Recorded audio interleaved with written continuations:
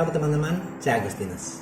Selama masa aksi puasa pembangunan atau APP tahun 2024, kita akan merenungkan bersama tema memperkuat solidaritas dan subsidiaritas untuk mewujudkan kesejahteraan bersama. Solidaritas adalah sikap berbagi, turut berperan serta. Subsidiaritas adalah sikap bantuan dan kepercayaan. Sehingga penggabungan solidaritas dan subsidiaritas adalah cara bertindak untuk menciptakan kesejahteraan bersama, berdasarkan pada nilai penghormatan martabat manusia yang luhur. Pada pertemuan kedua, kita membahas topik pertobatan yang membawa berkat dengan subtopik solidaritas dan subsidiaritas dalam mewujudkan kesejahteraan sosial ekonomi. Mari kita berdoa. Dan nama Bapa dan Putra dan Roh Kudus. Amin. Allah Bapa yang Maha Kasih, kami bersyukur memiliki Allah yang kasih-Nya tidak berkesudahan. Engkau telah mempersatukan semua orang dan kelompok sosial untuk peduli dan saling menolong. Kami mohon rahmat dan kekuatan-Mu untuk menopang perjalanan hidup kami sebagai anak-Mu yang penuh dengan kelemahan. Demi Kristus Tuhan kami yang hidup bersatu dengan Dikau dan Roh Kudus, kini dan sepanjang segala masa. Amin. Manusia diciptakan oleh Allah seturut citranya. Manusia diberi kehendak bebas sebagai bukti cinta Allah yang luar biasa untuk manusia. Manusia juga diciptakan sebagai makhluk sosial yang tidak dapat hidup sendiri. Manusia membutuhkan manusia lain dalam mencapai tujuan akhir hidupnya, yaitu kembali kepada Allah Sang Penciptanya. Kita sebagai sesama bagi mereka yang membutuhkan pertolongan kita. Melayani berarti melawat mereka yang lemah di dalam keluarga kita, lingkungan, paroki, termasuk dalam masyarakat kita.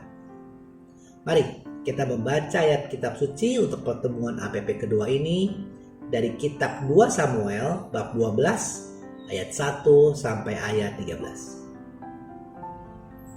Tuhan mengutus Nathan kepada Daud. Ia datang kepada Daud dan berkata kepadanya, "Ada dua orang dalam suatu kota, seorang yang kaya, yang lain miskin. Si kaya mempunyai banyak kambing, domba, dan lembu. Si miskin tidak mempunyai apa-apa selain seekor anak domba betina yang kecil, yang dibeli dan dipeliharanya. Anak domba itu menjadi besar bersama dia, dan anak-anaknya makan dari makanannya yang sedikit, minum dari cawannya, dan tidur di pangkuannya, bagaikan anak perempuan baginya.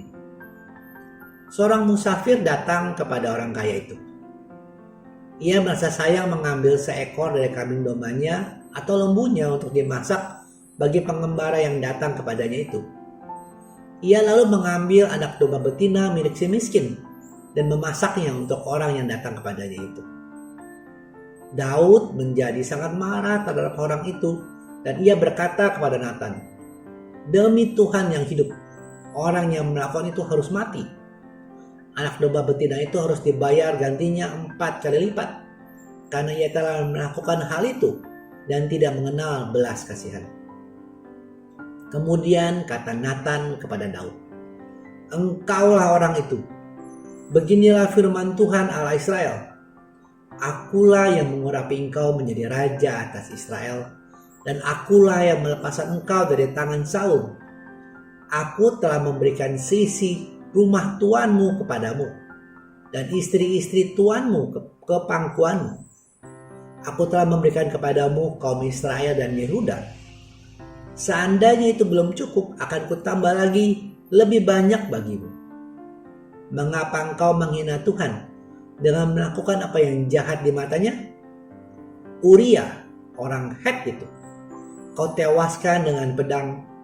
Istrinya kau ambil menjadi istrimu, dan dia sendiri kau bunuh dengan pedang Bani Amun. Oleh sebab itu, pedang tidak akan menyingkir dari keturunanmu sampai selama-lamanya. Karena engkau telah menghina aku dengan mengambil istri Uria orang Het itu dan menjadikannya istrimu. Beginilah firman Tuhan. Aku akan mendatangkan malapetaka ke atasmu dari keluargamu sendiri. Aku akan mengambil istri-istrimu di depan matamu dan memberikannya kepada orang lain.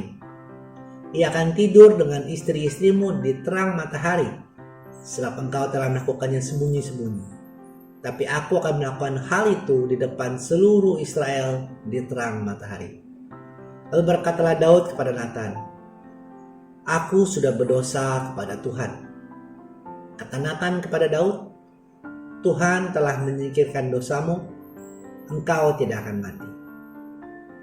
Teman-teman, dari bacaan kitab suci tadi, kita membaca Daud sebagai raja memakai kekuasaannya untuk memenuhi ambisi dan egonya. Daud melakukan perzinahan, pencurian dengan mengambil istri Uria, merencanakan pembunuhan, dan Daud membiarkan dosa itu berkuasa dalam hidupnya. Natan sebagai nabi memegang peranan penting dalam membantu dan menolong Daud. Rasa solidaritas yang tinggi sebagai seorang nabi untuk menolong Daud agar tidak jatuh dalam dosa yang semakin dalam. Ketika Daud sadar dan mengakui dosanya kepada Allah, ia berkata, aku sudah berdosa kepada Tuhan. Pertobatan Daud dijawab oleh Tuhan. Pengakuan ini adalah awal dari pertobatan dalam hidup Daud yang diungkap atau dituliskan dalam Mazmur 51 ayat 3 berikut ini. Kasihilah aku ya Allah menurut kasih setiamu. Hapuskanlah pelanggaranku menurut rahmatmu yang besar. Tindakan apa yang harus segera kita lakukan secara pribadi dan bersama dalam bentuk nyata terkait peran serta kita dalam solidaritas dan subsidiaritas untuk mewujudkan kesejahteraan ekonomi? Berikut ini beberapa usul aksi nyata yang dapat kita lakukan secara pribadi ataupun secara kelompok.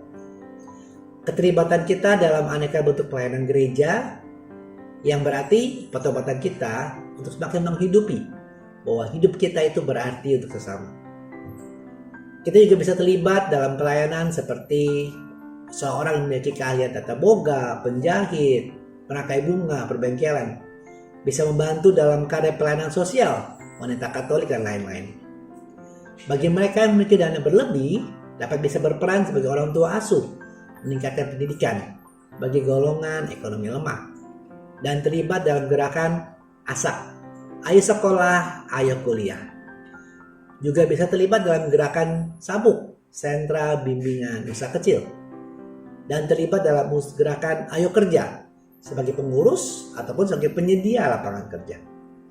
Semoga renungan APP ini mengingatkan kita bahwa kita pun punya peran dan bisa ikut serta dalam solidaritas dan subsidiaritas untuk mewujudkan kesejahteraan sosial ekonomi. Mari kita tutup dalam doa. Allah yang penuh kasih, kami bersyukur atas pertemuan kedua ini. Terima kasih Engkau telah mengutus Roh Kudus-Mu untuk menyertai dan menerangi kami dari awal hingga akhir pertemuan ini. Bantulah kami agar semua yang telah kami dengar dan bicarakan pada pertemuan ini membuahkan komitmen dan aksi nyata. Semoga kami dapat menyadari untuk berubah, bertobat, dan berbalik kepadamu. Demi Yesus Kristus Tuhan kami, yang hidup bersatu dengan Dikau dan Roh Kudus, kini dan sepanjang segala masa. Amin. Dalam nama Bapa dan Putra dan Roh Kudus. Amin. Sampai bertemu pada video kenal kita Rabu depan.